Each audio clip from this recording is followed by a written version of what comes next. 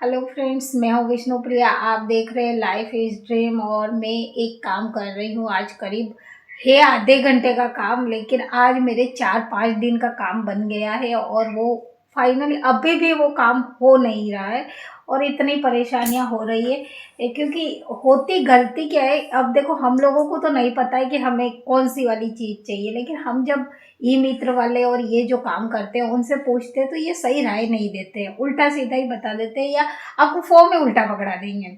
मुझे एक चीज के लिए 3 फॉर्म लाने पड़े। अब आप सोच लीजिए, मैं आपको बताती हूँ बैक कैमरा करके। अब मुझे जो मूल निवास के लिए फॉर्म चाहिए था, एक नॉर्मली फॉर्म आता है, लेकिन अब देखिए मेरे पास 3 फॉर्म अभी रखे हैं और ये तीनों ही मूल निवास के हैं। तो फर्स्ट में मैं एक लाई मूल निवास के लिए, उसे मैंने पूरा फिल किया, 2 अधिकारियों के साइन लगते हैं वो भी करवाए और फिर मैं जमा कराने गई जो हमारे रेगुलर काम करते हैं उन भैया के पास में। तो उन्होंने बोला कि ये वाला नहीं काम आएगा और इसके लिए टीएसपी वाला फॉर्म काम में लगता है। तो उस वक्त उनके पास वो रखा नहीं था। फिर सुबह सुबह मैंने मेरे बेटे को भेजा कि तू लेकर के आ जा, पर वो उनके पास ना जा कर के कहीं और गया और वो एक फॉर्म मूल निवास का विशेष मूल निवास करके वो लेकर के आ गया। अब होता क्या, उसे फिर मैंने पूरा फिल किया 2 अधिकारियों के, फिर मैंने सुबह सुबह ही घर जा कर के इधर उधर साइन करवाया और अभी करीब 1-1:30 बजे के आसपास में पूरा फॉर्म लेकर के हमारे रेगुलर जो काम करते ई मित्र वाले भैया उनके पास गए। उन्होंने बोला ये फॉर्म भी काम नहीं आएगा। अब मैंने कहा अब क्या किया जाएगा, अब जो चलता है जो इसमें काम आ रहा है वो ही दे दो।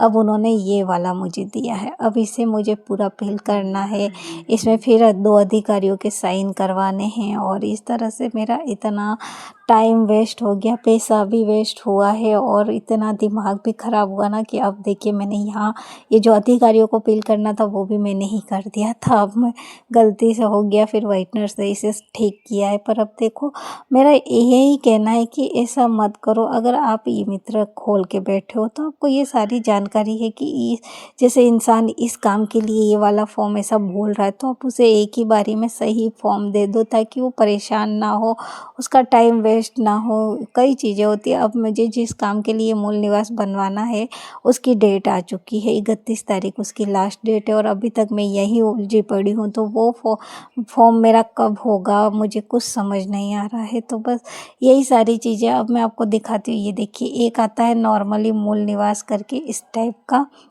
ये वाला तो नहीं चल रहा है जिसमें मुझे अभी काम करना है। मुझे चाहिए टीएसपी वाला, इसमें ये 1 जनवरी करके इस तरह का पूरा है।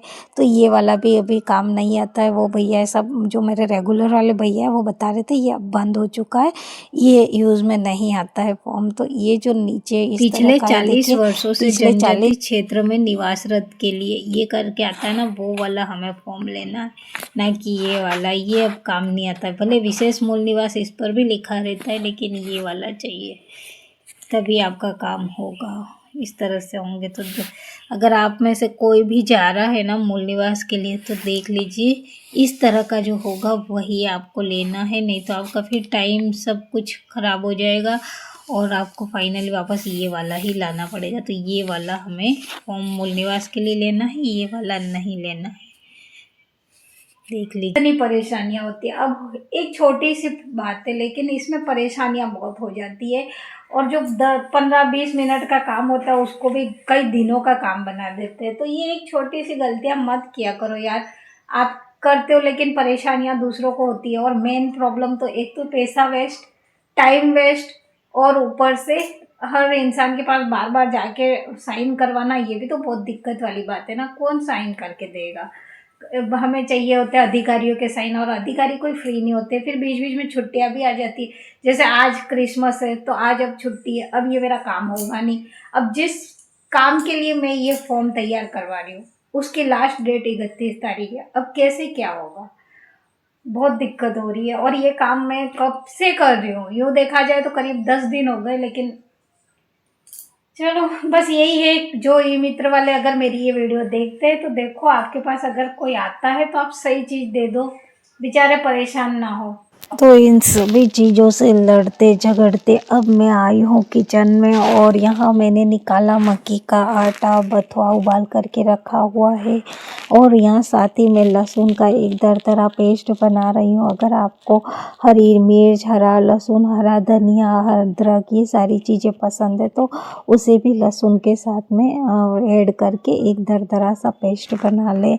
अब ये जो पानी निकलता है बथुए का, इसे हम नहीं फेंकेंगे क्योंकि ये तो पौष्टिक तत्वों का भरपूर खजाना है, तो इसे हम इसमें ऐड करेंगे और बचेगा उसके आगे भी यूज़ करेंगे। तो देखिए मैंने मक्की के आटे में जो मसाले ऐड करे हैं वो मैं आपको दिखाती हूँ। मैंने यहाँ लिया है हल्दी, लाल मिर्च पाउडर, पापड़ खारा, नमक, जीरा और जो लहसुन का पेस्ट बना करके रखा था वो, और बथुआ था उबाल कर रखा हुआ वो भी इसमें मैंने मिक्स कर लिया है। इन सभी चीज़ों को अच्छे से मिक्स करना है, और बथुआ जो हमारा होता है वो गीला होता है, उसमें पानी रहता है, तो इसको हम आटे में मिक्स कर लेंगे ताकि हमें पता चल जाएगा कि हमें आगे कितना पानी ऐड करना है। और देखिए जो बथुए का पानी है उसी को मैं इसमें ऐड कर रही हूँ, इसीलिए इसे उबालते समय हमें जो पीने का या खाना बनाने में जो यूज़ करते उसी पानी को रखना है। नल का या इस तरह का कोई पानी नहीं लेना है क्योंकि ये बाद में काम आता रहता है। और इस आटे को इतना सॉफ्ट रखना है कि इस तरह से मुठिए, जो हम लड्डू बनाने के लिए मुठिए बनाते हैं बस वैसे ही मुठिए बन जाए। इधर मैंने तेल गरम होने के लिए रख दिया था, और जब तेल अच्छे से गरम होगा तो हम इसमें ये जो मुठिए हमने बना करके रखे हैं इनको रख देंगे। सभी मुठियों को इस तरह से रखना है कि पूरा ये अच्छे से नीचे कवर हो जाए इसका तला, और इस तरह से मैंने सारे के सारे कुकर में रख लिए हैं मुठिए। ये सारे मक्की के आटे में बने हैं, ये ध्यान रखना है, और इसमें पापड़ खारा ऐड करना बिल्कुल नहीं भूलना है, नहीं तो फिर इसमें टेस्ट नहीं आता है। अब मैंने यहाँ ढक्कन लगा लिया है और इसे बंद करके पकने के लिए छोड़ा है, और बिल्कुल डिम आंच रखनी है, और इसे 20 या 25 मिनट तक इसे इस तरह पकने देना, और बीच बीच में इस तरह से हमें कुकर को सेक करते रहना है ताकि जो नीचे वाले मुठिए हैं वो ऊपर की तरफ में हो जाते हैं और ऊपर वाले नीचे तलवे में आ जाएंगे। और नहीं तो फिर तेज़ आंच रखी जाएगी और इसे सेक नहीं करेंगे तो हमारे ये जो मुठिए हैं वो ऊपर से तो कड़क और जल से जाएंगे लेकिन अंदर से कच्चे रह जाएंगे। तो इस तरह से सेक करते हुए हम धीरे धीरे डीम आंच पर पकाएंगे। सो आज की मेरी ये रेसिपी कैसी लगी ज़रूर बताना, और थोड़ा सा भी वीडियो पसंद आता है तो लाइक, शेयर और सब्सक्राइब ज़रूर कर देना। फिर मिलेंगे एक नई कहानी के साथ, तब तक के लिए बाय बाय।